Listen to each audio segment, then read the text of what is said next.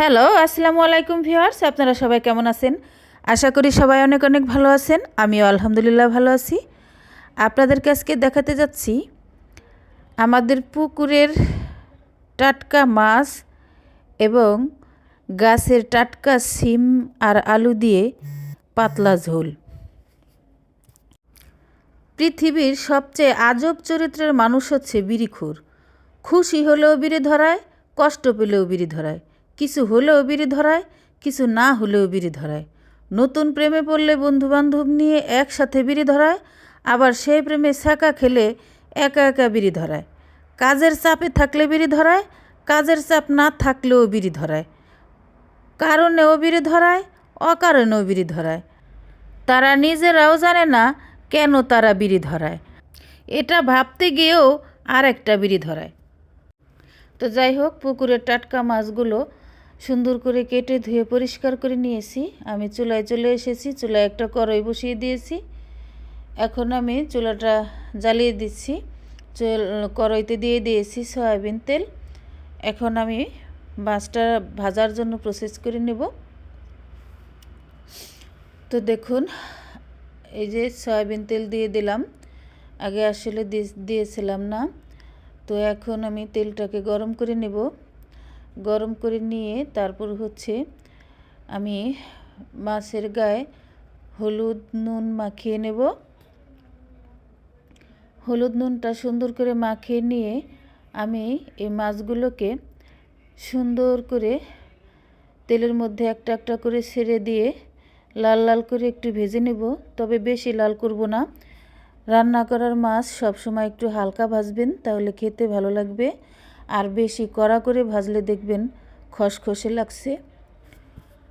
তো আমার মাছগুলো ভাজা হয়ে গিয়েছে। আমি মাছগুলোকে তুলে নিয়ে ওই তেলের মধ্যেই দিয়ে দিয়েছি পেঁয়াজ কুচি। পেঁয়াজটাকে লাল লাল করে ভেজে নিয়ে আমি পাটায় বাটা মশলা দিয়ে দিয়েছি। এখানে আদা রসুন বাটা, হলুদ গুঁড়ো, লাল মরিচের গুঁড়ো দিয়ে দিয়েছি, জিরে গুঁড়ো। এখন আমি অল্প একটু পানি দিয়ে তারপর সুন্দর করে মশলাটাকে কষিয়ে নেব। একটা বয়সের শেষে দেখা যায় এবং বোঝা যায়, মানুষ চেনা যায়, সব কিছুই নিজের আয়ত্তের মধ্যে চলে আসে, নিজের ব্রেনটে ধরে যায় যে মানুষের প্রতি কিভাবে অবিচার করতে পারে, কিভাবে বেইমানি করতে পারে, কিভাবে চিটারি করতে পারে, বদমাইশি করতে পারে। আর কি আর বলবো, নিজের পরিবারের লোক, নিজের আত্মীয় স্বজনরাই কেউ কাউরে ছাড় দেয় না চুল পরিমাণ ত্রুটি পেলে। আর বাহিরের লোকের কথা কি বলবো, বাহিরের লোকের কথা আর নাই বললাম। তো যাই হোক, আল্লাহর অশেষ রহমত যে মধ্যবয়সে এসে হলেও মানুষ চিনতে পেরেছি, মানুষকে চেনার ক্ষমতা রাখছি, বোঝার মতো আল্লাহ তৌফিক দান করছে।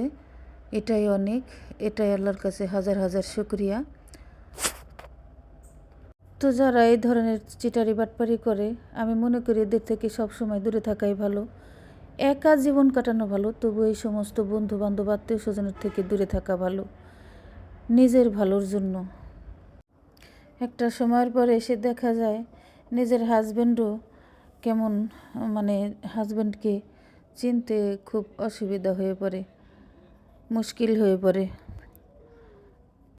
তো আমি মশলাটাকে কষিয়ে নিয়ে তারপর ওর মধ্যে শিম আর আলু দিয়ে দিয়েছি। এটা কিন্তু আমার গাছের টাটকা শিম। তো এই গাছের টাটকা শিম দিয়ে আর আলু দিয়ে এই মাছের পাতলা ঝোলটা এত মজাদার লেগেছিল ভাত দিয়ে খেতে, যা বলার মতো না। শীতের সময় বিশেষ করে মাছের ঝোল, আমার কেন জানি মাছের প্রতি একটা অভুক্তি এসে গেছে। তারপরেও দেখা গেছে এইভাবে রান্না করলে নতুন সবজি দিয়ে অনেক মজা হয়।